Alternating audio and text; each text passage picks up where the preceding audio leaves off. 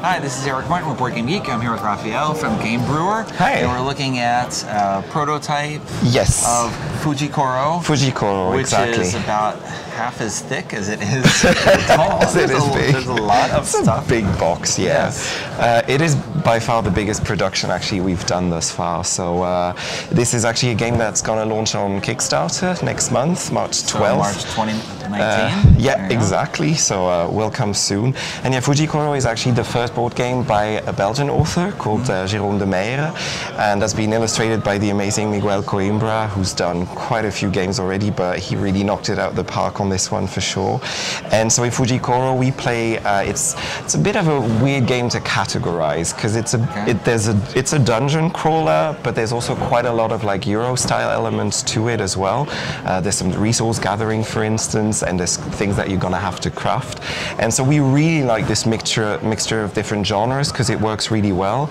And the game is actually can be played competitively but also cooperatively. So there's two modes of play that are really interesting. There's a lot going on. We have a giant board. Yes, there's a big board, exactly, and a bunch of tiles where we start. So the idea is that we play Samurai, and Mount Fuji is actually on the verge of erupting, and we have to try and save like sacred scrolls and scriptures that were hidden inside the volcano that no one knew about except for a few people. So the Shogun sets us out to try and save these manuscripts, but there's also monks living inside. There's a few temples inside the volcano as well, and so we have to try to get everything and everybody actually out safely and go back to the Shogun. That's the idea. Okay. But So whether cooperative or competitive, that's sort of that's what you want to do. That's the storyline that we're going through. Yeah, that is the storyline that we're going through. In the competitive version, you all have to try to get out alive. You must, and you all have to try to craft magical weapons and magical gear. That's something that you can do in the competitive version, but you want to do because that's what's going to actually score you a lot of victory points. But obviously in the cooperative version, there's no victory points. It's about getting everybody out alive. And also one of the main things in the game, as you can see on the cover, is that, well, there's dragons that awaken while the volcano also awakens. So these dragons, which actually in the deluxe version will be sculptures, we're gonna also do sculptures for the first time, but the dragons awaken and they're big threats to obviously the players. And in the competitive version, you're gonna be able to attack them either alone or together. You can actually work together though, because some of the dragons, especially like the red ones for instance, they're really, really tough and they're almost impossible to beat if you're gonna try and attack one on your own. There's even a legendary dragon, this one, which is the two-headed one, the white. That's impossible alone, like forget it. You'll need the help of the other samurai. But let's say that you help me and I'm like, hey Eric, want to try and beat the dragon? And you're like, yeah, sure, I think we can do it. We'll both get a lot of victory points. And the victory points don't get shared as you would expect in some other games. So you're gonna, obviously for you, it's gonna be really interesting as well. Okay. So what's the setup? We're starting here? So we start in the very beginning of the game. There's only one tile, and in the game you're gonna start and explore the volcano, which will expand and will take up pretty much the entire board. And we have a lot of space here. We're coming now with the player board just for exactly. But this is you can see the entire volcano here, and so we'll be adding tiles, and these have like a very specific shape, so you can't really do it wrong. So you'll click them like here, and you're gonna explore more and more. And as you explore, you're gonna encounter indeed more and more dangerous dragons, and you'll have to also collect resources, because the main thing in the game, and that's the thing that really charmed us very much, is so we have a player board in at the very start where you're going to perform your actions. So you have a number of action discs that you will basically use to program your actions. But essentially what you try and do also in the game is, well, you try to craft really good weapons and also a helmet, because, well, you're gonna have to fight these dragons, and you can also fight each other actually in the competitive version. So you want to make sure that you have enough stuff with you to be ready for combat. So in the game you're gonna collect wood and metal, and then these resources you're gonna actually be able to use them. And you have this little grid, which is like almost a simplified grid of a helmet, a weapon, and sandals, because you also need, well, to walk. And then these resources are going to be able to use, and then you're going to have to just be creative, and you're going to be able to craft your own weapons using a certain amount of wood and metal in there.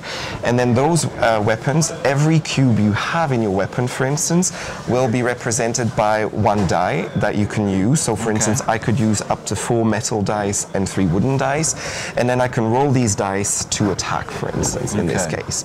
Now there's always a bit of a risk because metal and wood can break off, obviously in the heat of battle. Some sides of the dice will actually have that one cube break off, and you have to decide how and where.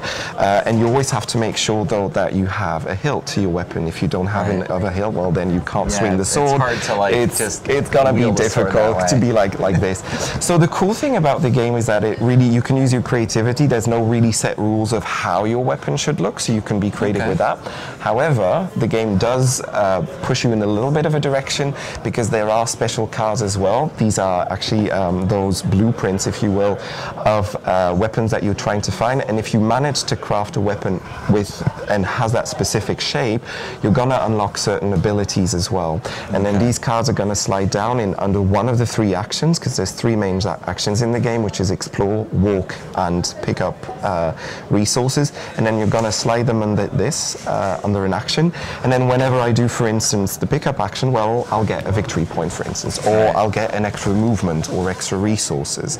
So it's up to you how you're gonna like micromanage your extra actions and the bonuses.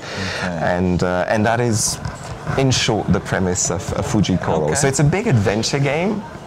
But I like that it has a lot of strategy to it as well. There's a lot of things that you can control, others obviously that you cannot. You cannot predict if maybe, you know, another player thinks, well, he has like a nice blueprint of whatever that's going to be worth a lot of victory points, so I might challenge him on that one. And the dragons, you never know where they're going to appear as well, so it's always interesting to see, you know, you might want to head to one of the temples, because there's temples that have magical blueprints that will create really special gear. But you might have a lot of dragons on the way, and then you think, maybe I'll have to either fight them or go around them. Who knows? And that's what's fun. And then in the game, as you can see, there's also spaces that have lava on them. The game plays in the competitive version until one player reaches 30 victory points, and when that happens, there is a special countdown marker, which is here. So as you can see, there's a special lava track, and then this lava track is going to go down and down and down. And from that point onwards, there are locations, there are spaces on these tiles that have a number that correspond, and then it's going to go up. So yeah, we're going to have all these lava tiles, and then these are going to cover up some of the paths that we have, and it's going to become more and more difficult to walk around the volcano. And essentially, we're going to try to want to escape the volcano. And at one point, there will be an event where in the central tile, a rope will appear, and we have to make it back to the center of the volcano to try to get out alive, because you can actually perish in the game. You still doesn't mean you will lose the game. You can still win the game. It's difficult, though. It's really difficult. But you're going to want to make your way to the exit of the volcano before the game ends, because after a point, when this one reaches the end, it's over, and then you'll count victory points and see who wins. All right.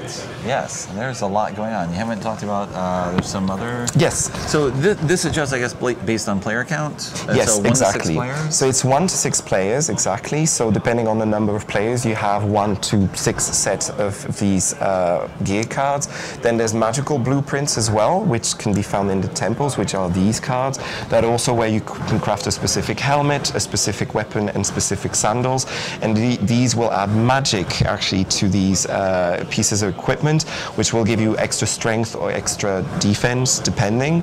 Also with magical sandals, it will allow you also to jump over lava occasionally. It's not easy, it's still going to get damaged, but you can at least jump over lava, which at the end of the game becomes really, really useful, because you can really get enclosed. It's pretty tight.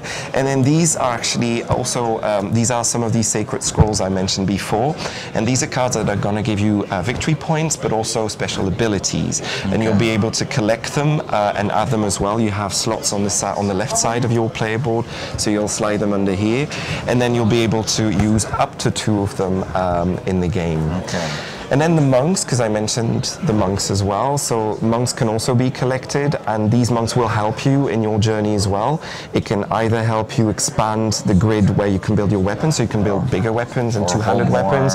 You can have indeed like expand your backpack, have an extra spot for the scrolls, and even an extra action disc. Yeah. So there's a lot these can do to help. Okay. Very useful monks. Yes. Extremely useful. Okay. Anything else to mention? Well, yeah, no, we're launching it so next month. We're very excited because it's going to be a huge production, but it's a very fun game that we enjoy both in the competitive and the cooperative mode as well. Because the cooperative mode is the little twist there is that the dragons will start to chase the players. In the competitive version, they're kind of standing there waiting to be attacked almost, I want to say, but in the competitive mode they go after you, and that is also really fun. It just like adds a lot of spice to the game. All right. So there you go. Thank you very much, Raphael. Thank you. For an overview of Fuji Koro coming from Game Brewer. Yes, absolutely. Thank you.